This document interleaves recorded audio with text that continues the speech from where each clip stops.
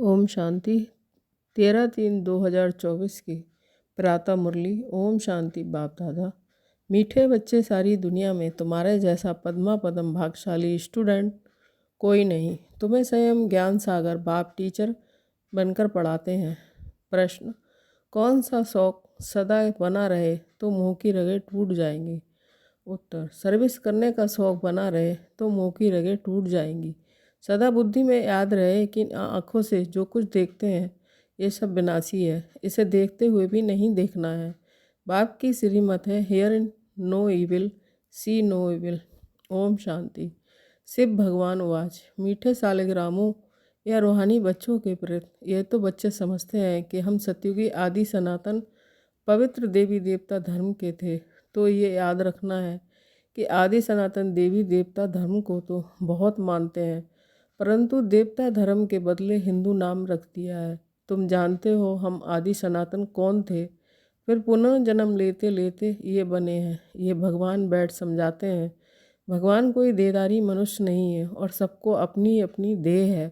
शिव बाबा को कहा जाता है विदेही, उनको अपनी देह नहीं है और सबको अपनी देह है। तो अपनों को भी ऐसा विदेही समझना कितना मीठा लगता है। हम क्या थे, अब क्या बन रहे हैं, ये ड्रामा कैसा बना हुआ है, ये भी तुम अभी समझते हो। ये देवी देवता धर्म ही पवित्र गृहस्थ आश्रम था, अभी आश्रम नहीं है। तुम जानते हो अभी हम आदि सनातन देवी देवता धर्म की स्थापना कर रहे हैं। हिंदू नाम तो अभी रखा है, आदि सनातन हिंदू धर्म तो है ही नहीं।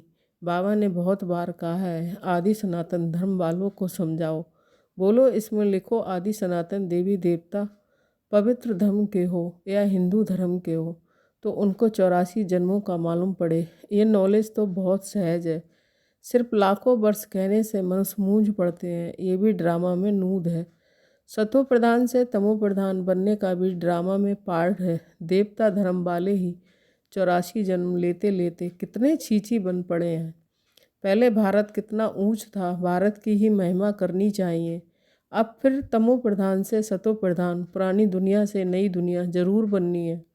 आगे चलकर तुम्हारी बात को समझेंगे जरूर। बोलो घोर नींद से जागो, बाप और बरसे को याद करो। तो तुम बच्चों को सारा दिन खुशी रहनी चाहिए। सारी दुनिया में, सारे भारत में तुम्हारे जैसे पद्मा पदम भाग्यशाली स्टूडेंट कोई नहीं समझते हो।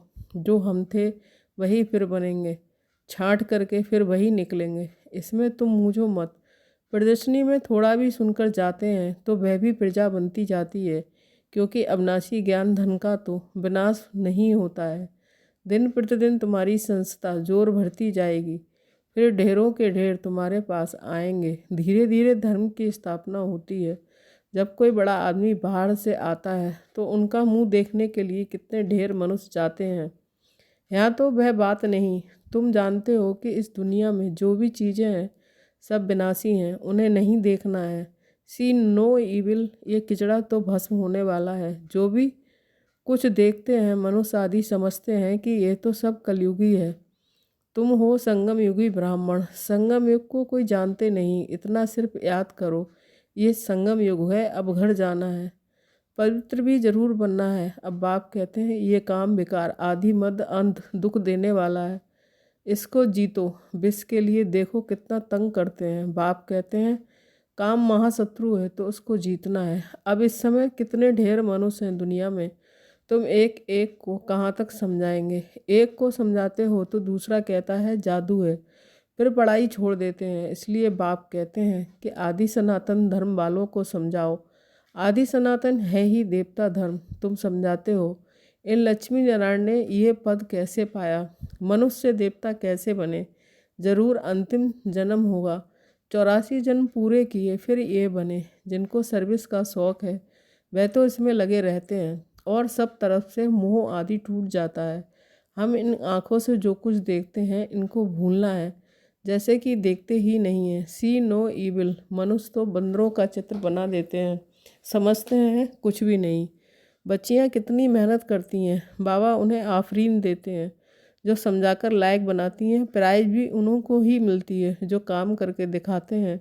तुम जानते हो बाबा हमको कितनी प्राइज़ देंगे। पहला नंबर है सूर्यवंशी राजवंश धानी की प्राइज, सेकंड नंबर है चंद्रवंशी की प्राइज। नंबर बार तो होते ही हैं। भक्ति मार्ग के शास्त्र भी कितने बैठ बनाते हैं। अब बाप समझाते हैं, इन शास्त्र पढ़ने यज्ञ तप करने से मेरे से कोई मिलता नहीं है। दिन प्रतिदिन कितने पाप आत्मा बनते जाते हैं, पूर्ण आत्मा कोई बन ना सके। बाप ही आकर पूर्ण आत्मा बनाते हैं। एक है हद का दान पुण्य, दूसरा है बेहद का। भक्ति मार्ग में इनडायरेक्ट ईश्वर अर्थ दान पुण्य करते हैं, परंतु ईश्वर इसको किसको कहा जाता है ये जानते ही नहीं है। अभी तुम जानते हो। तुम कहते हो कि शिव बाबा ही हमको क्या से क्या बनाते हैं, भगवान तो एक ही है। उनको फिर सर्वव्यापी कह दिया है, तो उनको समझाना चाहिए कि तुम लोगों ने क्या किया है। तुम्हारे पास आते भी हैं, थोड़ा सुनकर बाहर गए खल्लास, यहाँ की यहाँ रही, सब भूल जाता है। तुमको कहते हैं ज्ञान बहुत अच्छा है, हम फिर आएंगे, परंतु मुंह की रगड़ टूटती नहीं है। मोहजीत राजा की कथा कितनी अच्छी है। मोहजीत राजा फर्स्ट क्लास, ये लक्ष्मी नारायण है, परंतु मनुष्य समझते ही नहीं है, बंडर है। रावण राज में सीढ़ी उतरते एकदम नीचे गिर जाते हैं। बच्चों का खेल होता है ना, ऊपर जाकर फिर नीचे गिरते हैं। तुम्हारा भी खेल बहुत सहज है। बाप कहते हैं अच्छी रीति धारणा करो, कोई छींची काम नहीं करो। बाप कहते हैं मैं बीज रूप सत्यचित्त आनंद स्वरूप हूँ, ज्ञान का सागर हूँ। अब ज्ञान का सागर ऊपर बैठा रहेगा क्या? जरूर कभी आकर ज्ञान दिया होगा। ज्ञान क्या चीज़ है ये भी किसको मालूम नहीं है। अब बाप कहते हैं कि मैं तुमको पढ़ाने आता हूँ तो रेगुलर पढ़ना चाहिए, एक दिन भी पढ़ाई मिस नहीं करनी चाहिए। कोई ना कोई पॉइंट ज़रूर अच्छी लगेगी।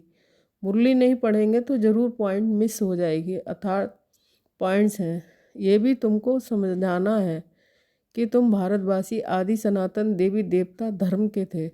अभी कितने ढेर धर्म हैं, फिर हिस्ट्री मस्ट रिपीट। ये चढ़ने और उतरने की सीढ़ी है, जैसे जिन को हुक्म दिया है सीढ़ी उतरो और चढ़ो। तुम सब जिन्न हो ना, 84 की सीढ़ी चढ़ते हो फिर उतरते हो। जितने ढेर मनुष्य हैं, हर एक को कितना पार्ट बजाना होता है। बच्चों को तो बड़ा बंडर लगाना चाहिए। तुमको बेहद के नाटक की पूरी पहचान मिली है। सारे सृष्टि के आदि मध्य अंत को अभी तुम ही जानते हो, कोई भी मनुष्य नहीं जान सकते। सतयुग में किसको मुख द्वारा कोई भी कुवचन नहीं निकलते हैं। यहाँ तो एक दो को गाली देते रहते हैं। यह है विषय बैतरणी नदी, रौरव नरक। सभी मनुष्य रौरव नरक में पड़े हैं। यहाँ तो है इथा राजा रानी तथा प्रजा। तुम्हारी विजय होनी है। अंत में जब समझेंगे आदि सनातन देवी देवता धर्म की स्थापना किसने की, यही पहले नंबर की मुख्य बात है जो कोई नहीं जानते। बाप कहते हैं मैं तो हूँ ही गरीब निवाज। ये पिछाड़ी को समझेंगे जब टू लेट हो जाते हैं। अब तुमको तीसरा नेत्र मिला है, स्वीट घर और स्वीट राजाई बुद्धि में याद है। बाप कहते हैं कि अब शांति धाम सुख धाम में जाना है। तुमने जो पार्ट बजाया है अब बुद्धि में तो आता है ना, और सब मरे पड़े हैं सिवाय तुम ब्राह्मणों के। ब्राह्मण ही खड़े हो जाएंगे, ब्राह्मण ही सो देवता बनते हैं।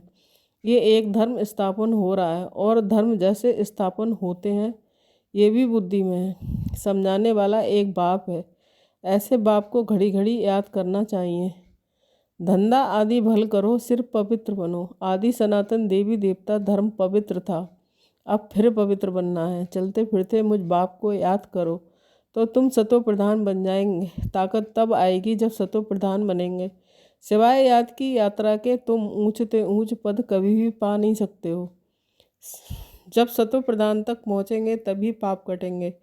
ये है योग अग्नि, ये अक्षर गीता के हैं। योग योग कह माथा मारते हैं, बलायत से भी फंसा कर ले आते हैं योग सिखाने के लिए।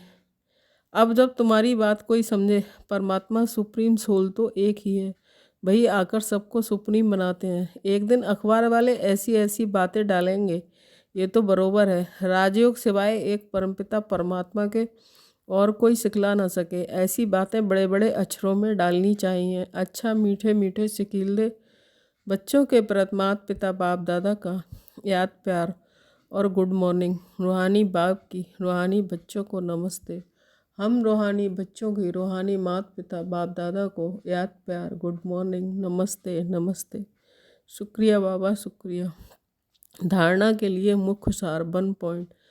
सूर्यवंशी राजधानी की पराई लेने के लिए बाप दादा की आफरीन लेनी है, सर्विस करके दिखाना है, मुंह की रगें तोड़ देनी है। सेकंड पॉइंट, ज्ञान सागर विधेयी बाप स्वयं पढ़ाने आते हैं, इसलिए रोज़ पढ़ना है, एक दिन भी पढ़ाई मिस नहीं करनी है, बाप समान विधेयी बनने का पुरुषार्थ करना है। वरदान, अपने प्रैक्टिकल जीवन के प्रूफ द्वारा साइलेंस की शक्ति का आवाज़ फैलाने वाले विशेष सेवाधारी भव।